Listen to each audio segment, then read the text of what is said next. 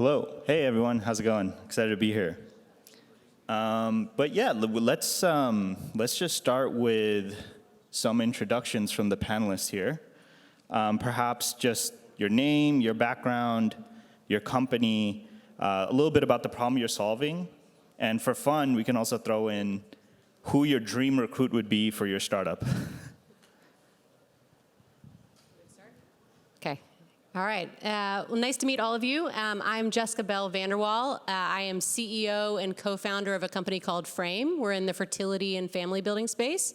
But to go backwards a little bit on my background, I have worked in healthcare my entire career, and specifically after business school, I spent about the last 15 or so years at early stage digital health companies, primarily those that sold to employers and payers, a lot of which were in the Bay Area, so companies like Castlight Health. And I ended up starting my own business with my co-founder and my husband, who's in the back row over there. Also with my daughter. And really why we got into this is an intersection of personal and professional, which I find a lot of founders, especially because of the resilience you need to found a company, do this for personal reasons, and that's exactly why we got into this.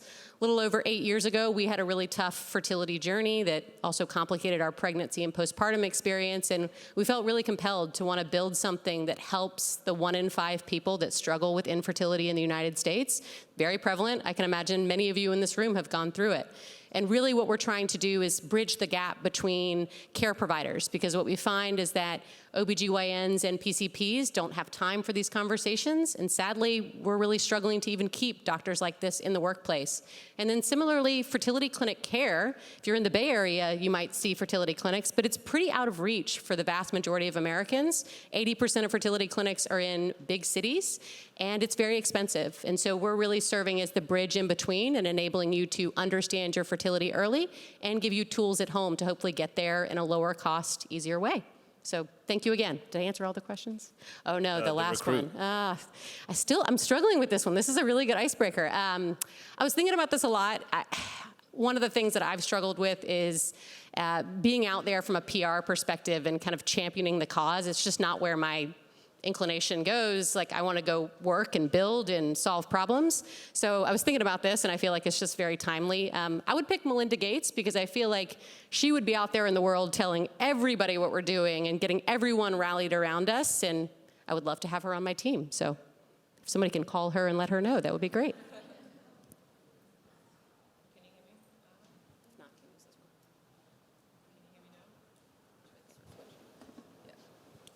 Okay, hi everyone. So I'm Roma van der Walt, not to be mistaken for Jessica van der Wall.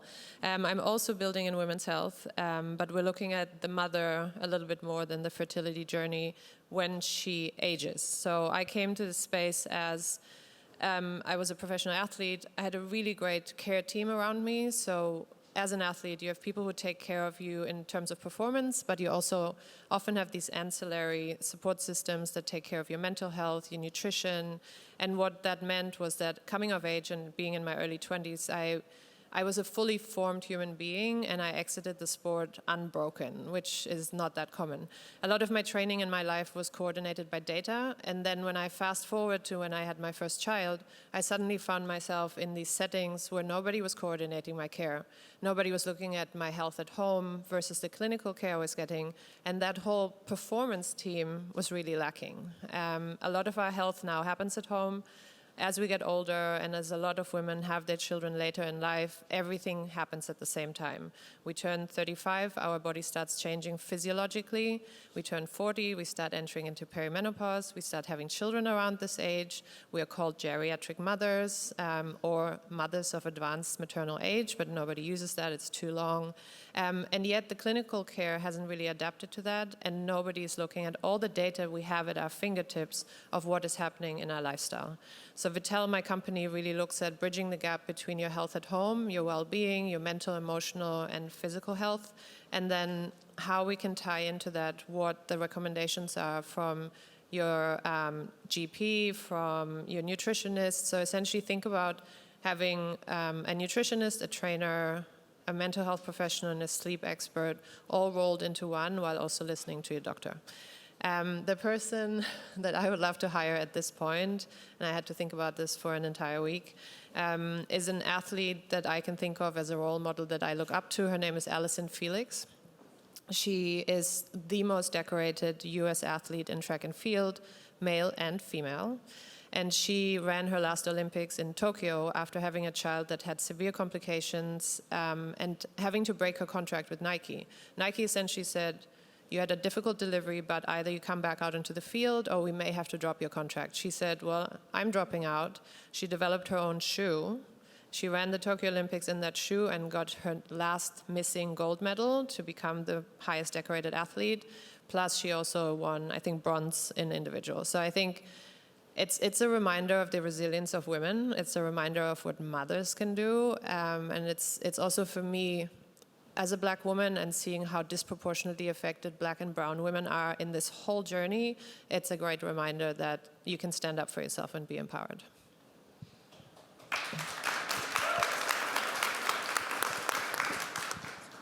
Well, it's hard to follow, but I'm not building a women's health platform or solution if I can exit the stage right now. Nida Mehtab, my background is in architecture. I'm an architect by qualification and also have worked on all 360-degree sides of where the design takes place, either for an organization in the office or for your home or for where you go and work. And company name is Caryatid, and it's formed 5 years ago.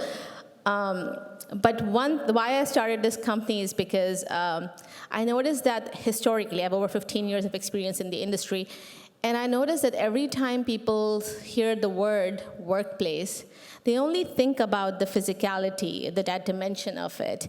And I just keep having these heated discussions with different CEOs and the executives. Hey, there's more to that. There's an extension of that. It's an ecosystem. It's a living organism. There's just not just, your space just doesn't it's not where you sit and what you touch, but it's how it makes you feel, how you would interact in that space, and what kind of behaviors it's modeling.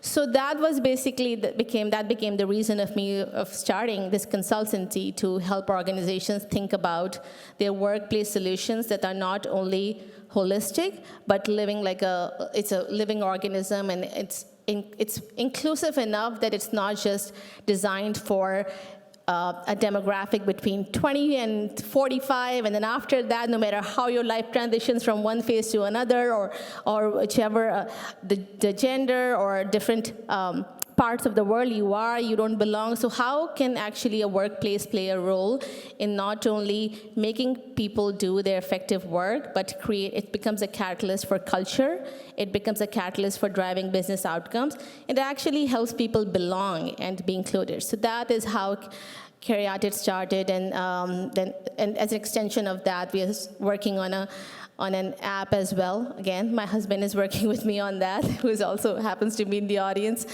To help organizations measure how workplace is really amplifying any of the desired outcomes they want to have. So that's about Caryatid and myself. And the question, it's a tough one, man. I would say that in the spirit of equality and the diversity, I want to hire the person who's best suited for the job. So at that time, when whatever job I'm going to be hiring for, it could be a female version of Elon Musk, or another version of me, or it could be an exact opposite of me, because I think that diversity is not just a function of gender or an ethnicity, it's a function of neurodiversity, how people bring different ideas to create something that can be bigger than the sum of the whole. So that would be my answer. Sweet, very cool. Yeah, as a follow-up to some of these stories, and it's already pretty inspiring, but I think the inception of a company, oftentimes will have details that are inspiring, and you looking back, it's like, wow, we really did that, and made that transition to actually making the startup happen. What are some of the aspects of that story for your startup that you kind of think back to when kind of starting it off, and how would you kind of I guess narrate that, looking back at it today? I'm happy to go first. I think people think about that starting or being an entrepreneur and the starting a company as a milestone or a single occurrence. It's not. It's a journey, and it's actually a marathon, which I'm sure you can relate to more than I can.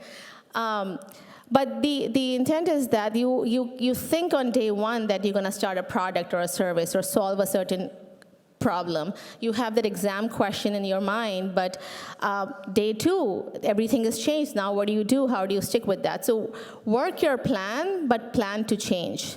Because flexibility in your mindset, when you become an entrepreneur, when you start your own company or being partners in another company, first thing is that how do you become agile and flexible to how the forces and the factors that led to you becoming who you want to be and what you wanted to create, if that changes, how will you still survive and thrive? And then if you're starting a company with a partner, whether it's a business partner or even if you're choosing a life partner, make sure that you have that support ecosystem around you that enables that effectiveness as well, because it's a long game. You gotta be passionate about what you are standing for, because that passion is gonna help you drive the results and keep you on your toes to move forward. So these are just a couple of things that are coming to mind, but Jessica and Roma, love your thoughts. Yeah, I would love to add to that, because I came out of a system which was very logical. So it was, as an athlete, you train, you get faster, you're stronger, you jump further, and so that made sense. And then I started a company and nothing made sense. So I was convinced there was a playbook and someone had it. Someone knew what the steps were from 1 to 10 to, and also because some people try and sell you that playbook. So there will people that come up to you and they go, we have figured out go-to-market, we have figured out sales, we've figured out experiments and product discovery. And I actually learned that pivot is my favorite word now. I had an expectation that my experience coming into this world and the product I wanted to build was going to be the expectation and the experience that other women had, and I had learned the hard way that was not the case. So I think, yeah, there is no definitive playbook, but to add what Nida said, if you show up, you're really passionate about your why, and you're willing to pivot and learn from your support system, it can be a really satisfying journey for about 80% of the time. 80% feels generous. I mean, I think at the root of your question, my mind goes to what are like the inflection points of your journey. And I think as I reflect backwards, because we started this, I guess technically about 4 years ago, I'll never forget the first time that we had somebody pay for our product. I mean, we basically just started, myself and again, my co-founder, and we built something ourselves and we put it out in front of people, and we had 30 people in the beginning be our first users. And the fact that someone paid for something we like very scrappy put together, like with PowerPoint slides and Google integrations and things that I don't even understand because I'm not the technical one. But I mean, it was wild to me that somebody paid for it. And that was a huge inflection point in my mind.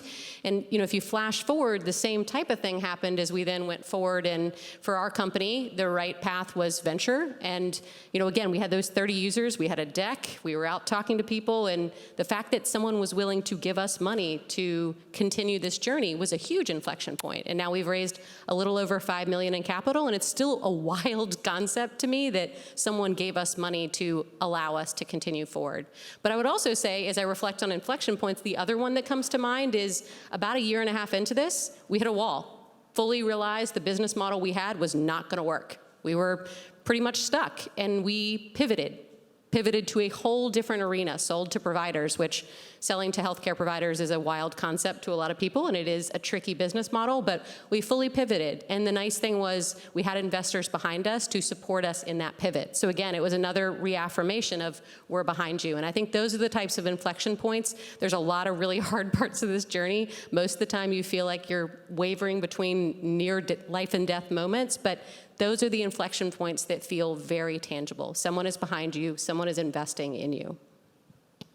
Yeah, definitely. I think first paying customer is always like something you kind of look back at, and I don't know if you have anything to share, Nida, as well, but one kind of follow-up to that potentially is, as you're kind of thinking about your journey on this startup, are there any other challenges that you would say really kind of color the journey, and what are some of the things like the people in the audience here should be aware of when starting their own ventures, right? And I'm glad you brought up the venture capital point, and there's no one way to start a startup, and so what are ways that how have you started? I know, Nida, we kind of discussed a little bit just outside, like you're bootstrapped, and so like what insight led you to kind of make that decision? There's a saying that I say that James, my husband, calls it Nidaisms, which is like everything in life comes as a package, and there are advantages and there are disadvantages, and you can call it that disadvantages is also something that's an opportunity to learn from. So yes, we decided to go bootstrapped because of various reasons, and the most important reason at that point was that, hey, I'm evolving my product and services. I want to first understand that what my vision is for next 5 years, next 10 years, and how am I going to evolve that vision to really bring the customers along with that. So that was a journey that I was learning by doing as well. So, but it does come with its own, of course, being bootstrapped, it comes with more autonomy, it does come with a lot more flexibility. It also gives you a lot more control over, if you want to pivot, how quickly can you pivot. But it also comes with a lot of things that if you're not going for investors or venture-backed, then it's maybe you don't have access to that level of network, and your growth and your access to the outer markets is relatively slower. So just knowing what you're going after and understanding your own risk tolerance, and also what does your next short and long-term goals look like. It's that alignment of vision with the goals is very important, because that really keeps you from second-guessing yourself every day, because I'm working a plan, which is 2 years plan, and I won't second-guess myself until I get there. I just need to monitor my progress and measure. But Roma and Jessica, please feel free to add. Yeah, I mean, going back to what I just said, I think it's interesting because I don't know how many of you work at early stage companies or in your mind kind of feel like you've been at the earliest stages. I will just say, if you're contemplating starting a company, unfortunately, I would say it's actually nothing like that. Starting a company is something fundamentally different. I thought, given my 15 years of experience working at early stage digital health companies, that I was kind of primed for this type of thing. I would know what it's like, and starting from ground zero, being the first person, is just fundamentally different. And so I would say, the concept of thinking about what's challenging, it's all challenging all the time. Like it's a lot of lows, for better or worse. The highs are still higher than anything I've ever experienced in my career, but it is so hard most of the time. And so I would just say, if you're contemplating this pathway, the biggest thing that I wish I would have done more of is talk to more founders. Talk to more founders that are like a stage in front of you, not ones that are like Series D and like have already done a great job and are on their third company, because they're not going to give you quite the right perspective. I would talk to as many founders as you can that have done this, because you'll start to really hear what it is like. And so that would be my biggest kind of piece of advice, because it is a very challenging path, day in and day out. Yeah, and I would add to that, you have to basically defend three things. You have to defend your vision. Almost, I would say, at least every week, if not every day. There will be someone questioning why you're doing this and poking holes into it. There's defending your sanity, which falls in the same category, but also because customers will come back with feedback and you go, oh my God, this is horrible, we're doomed. And then there's defending your time. And I learned the time part really the hard way, because there are people who mean well and you get introduced, and it takes up time that you could spend on, well, even if it's not on the startup, it's your family, it's your network, it's your friends, because that is a big part of what safeguards these three elements. So yeah, I would say that's the biggest thing I've learned in the last year, when I really ramped up my networking and my talking to investors, and I sort of emerged from this initial bubble of doing surveys and discovering what this product could be. Yeah, and perhaps for Jessica and Roma specifically, I mean, you're not just starting another SaaS business. So in some ways, you're pioneering like the way forward for, women's healthcare. And so in some sense, there's like, there's a lack of tailored solutions out there for this subset of people. And so in some ways, it's a little bit more difficult than just, I'm just going to create like another SaaS business, and perhaps there is a playbook out there. And so how has that kind of shaped your approach to kind of building the business and thinking about just like your customer, Yeah. Oh God, it's so hard. I mean, it always comes from a pain point, right? Like my pain point was feeling not as well taken care of as a first-time mother that was at an older age as my child to be. And then being postpartum, having one clinical appointment 6 weeks after delivering a baby, and then being sent back out into the world and being told that I was fine when I wasn't. 5 months after I had my son, I had a heart rate that was so high that it put me at a risk of a heart attack. And the only reason I ended up figuring out what was wrong with me, because I, did what also a lot of women do. I blamed myself. I thought I was unfit. I thought I was just not in control of everything. And it ended up being my hormones, and it ended up being my thyroid.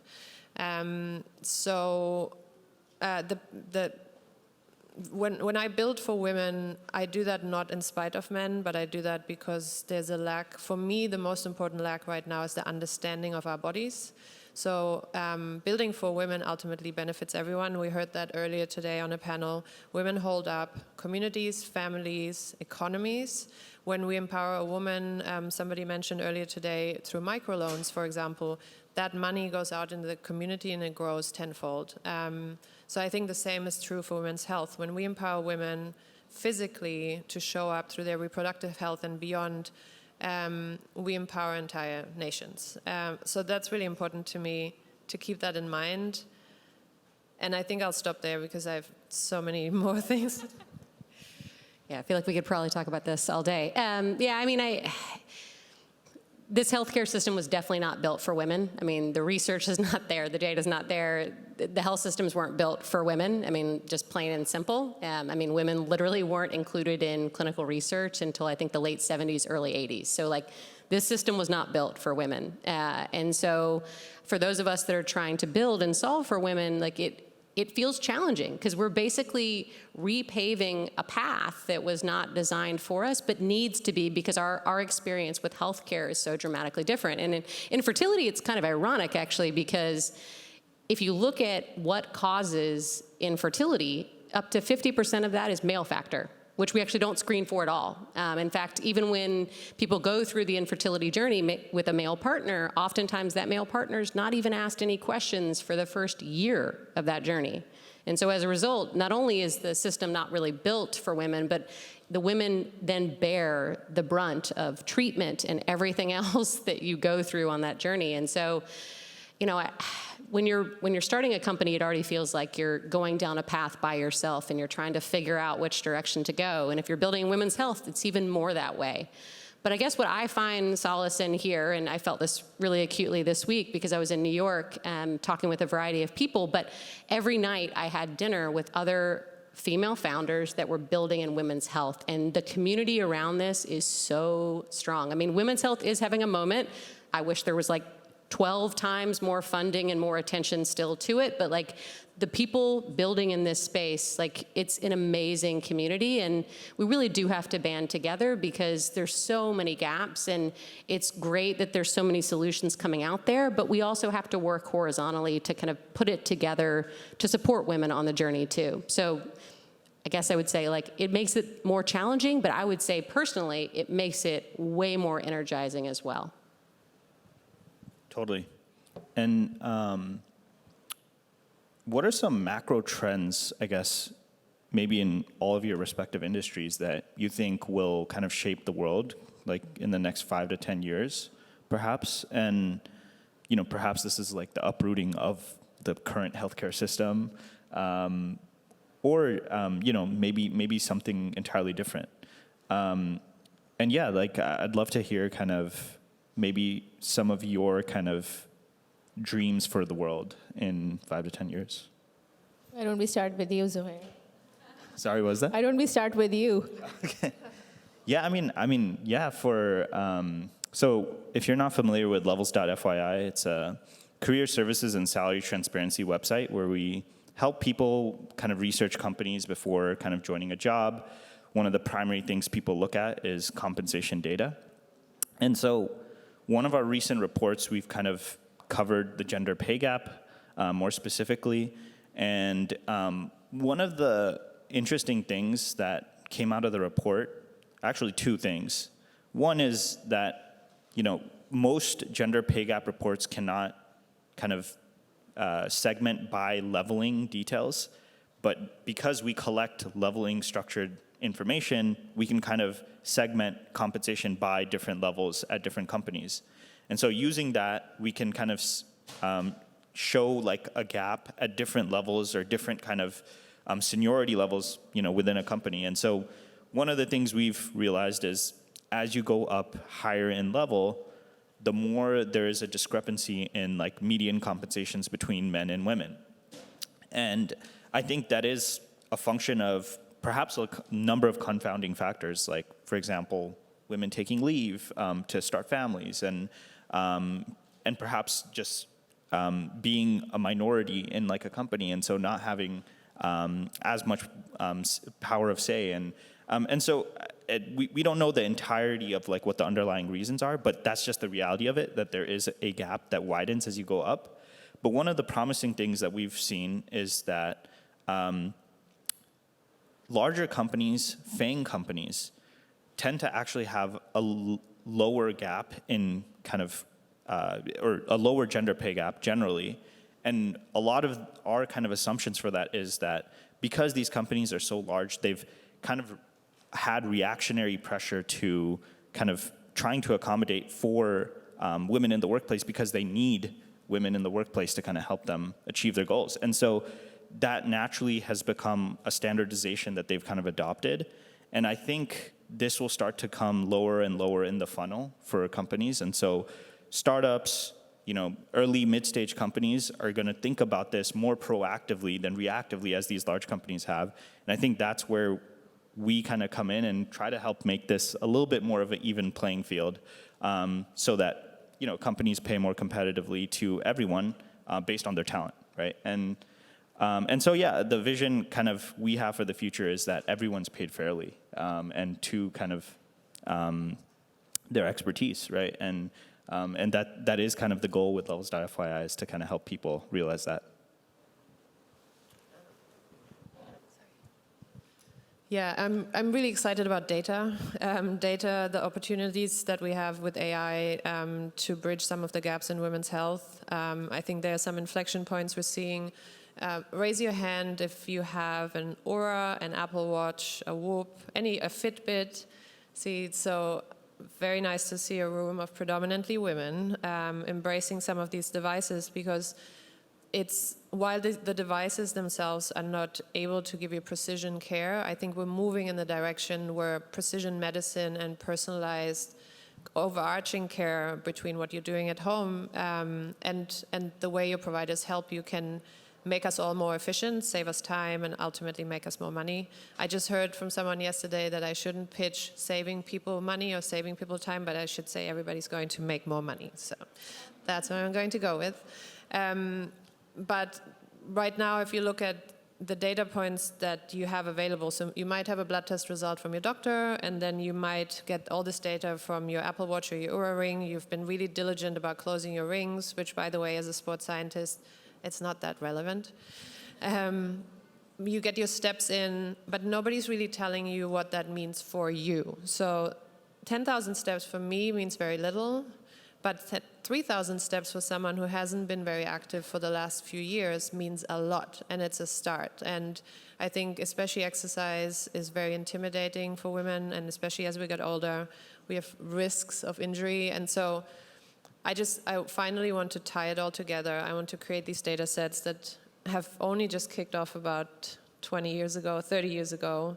I think we can look at things like disease risk that are specific to women. We can look at extending our health span, so the quality of life as you get older. Right now, the average woman has 25% of her life longer in poor health than her male counterpart, and that averages out to be up to 9 years of her life. And so everybody's paying for that. It's not just the person paying for it with their physical and mental health. Payers are paying for it. Insurers, like insurance, life insurance, health insurance is paying for it. Primary care physicians have about 8 minutes on average with you, and they're burnt out. So that's the data, that's what really excites me.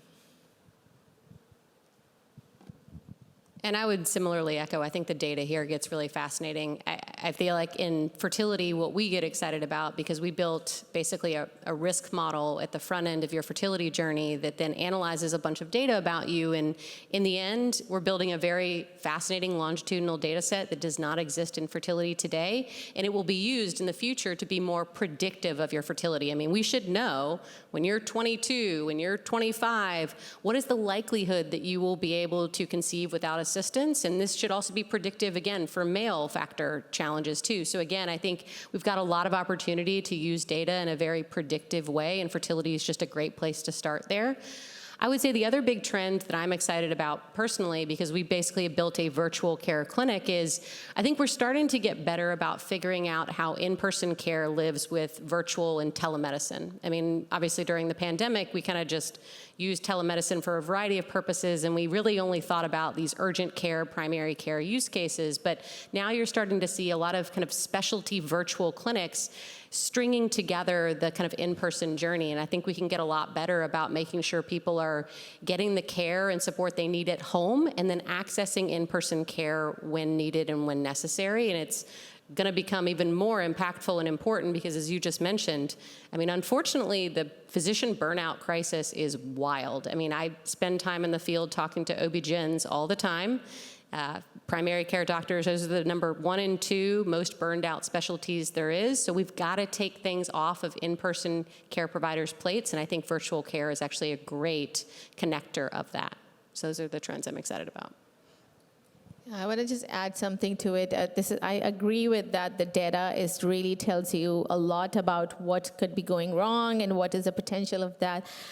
But also what the data is telling as a story is equally important. And especially with to answer your question as well, Zuhayeer, the trends that are happening globally, and especially in the active workforce, is that organizations are realizing that they are only successful if their employees are healthy, and they're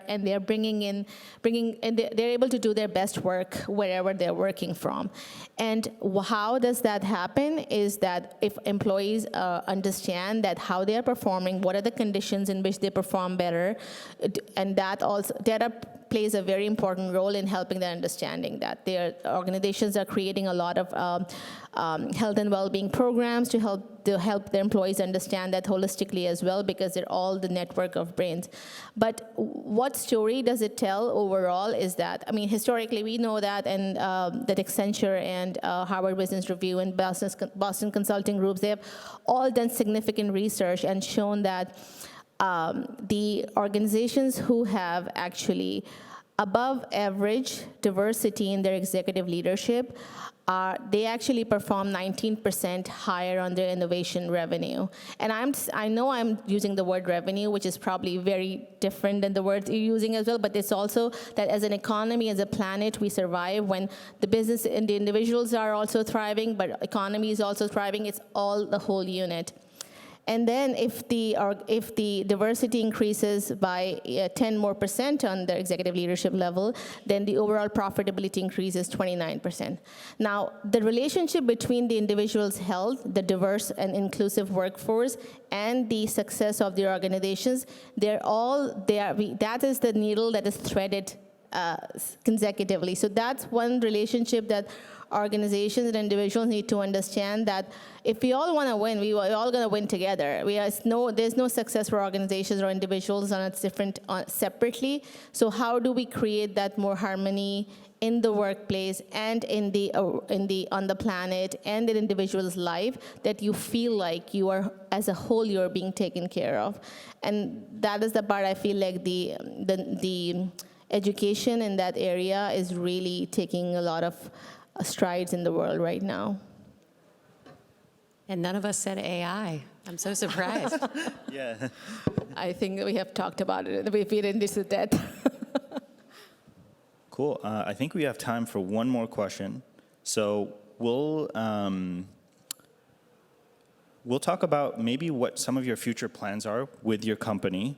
And if we were to do this panel again 1 year from today, what are some things you would have want to have accomplished? And if you could throw in maybe a piece of advice for budding entrepreneurs out there.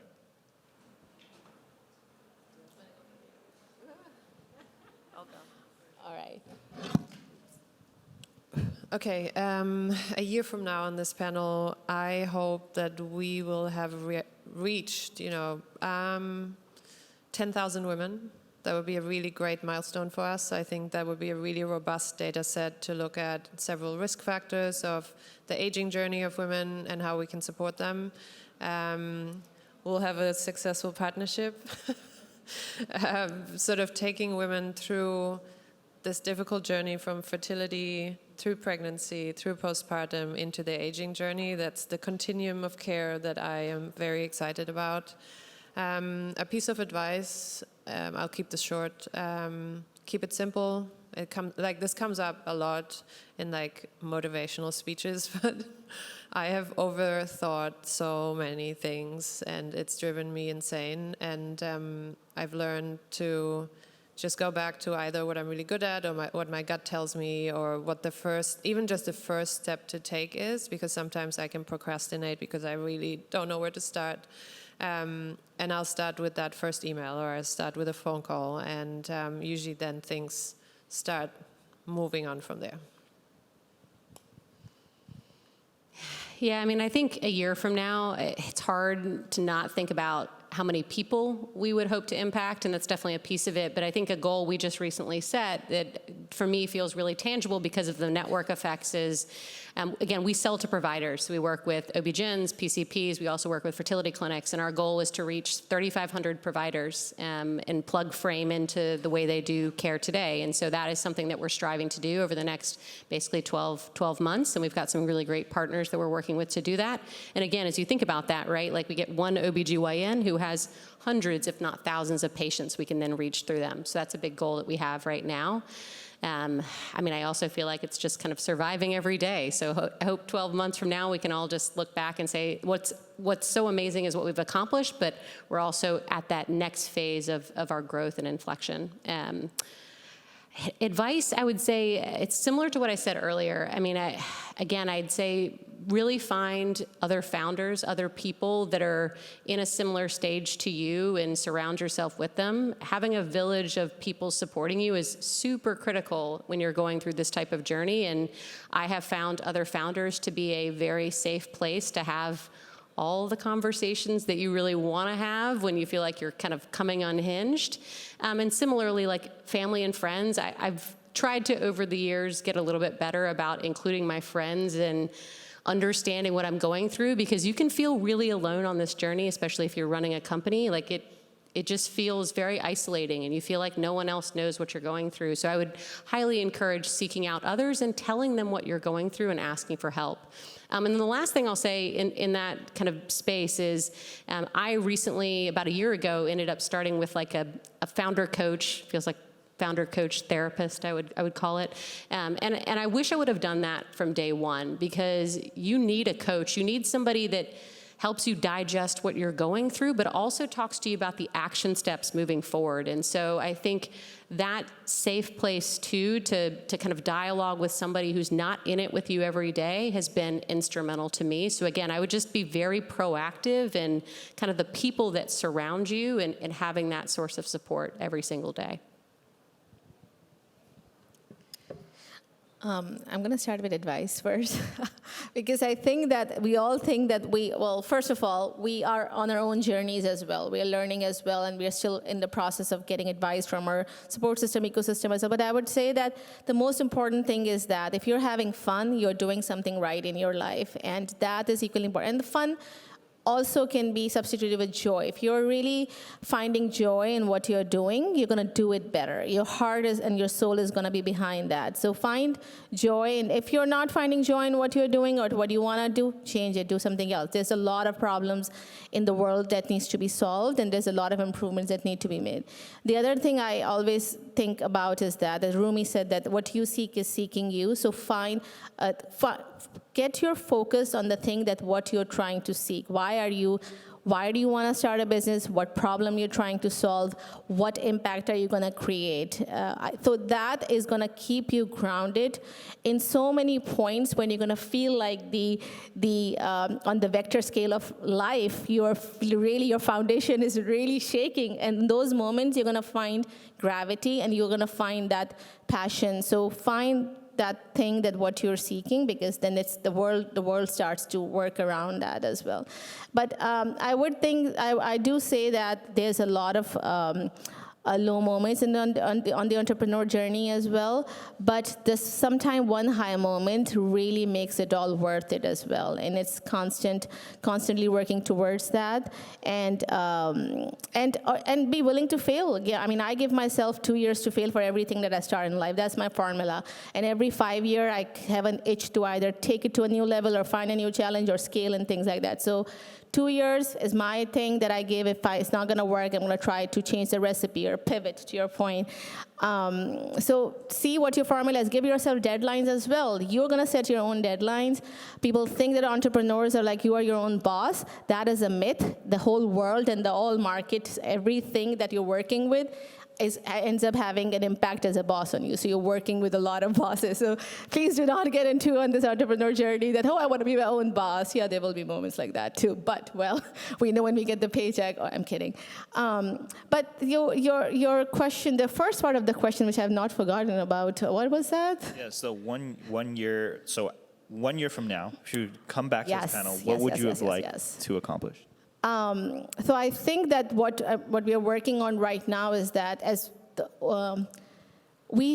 the workplace, there's a lot of, everyone knows how to gather data, people data, workplace data, employee data, all different. You think about a tangent and a vertical, you know how to get 10,000 data points from that.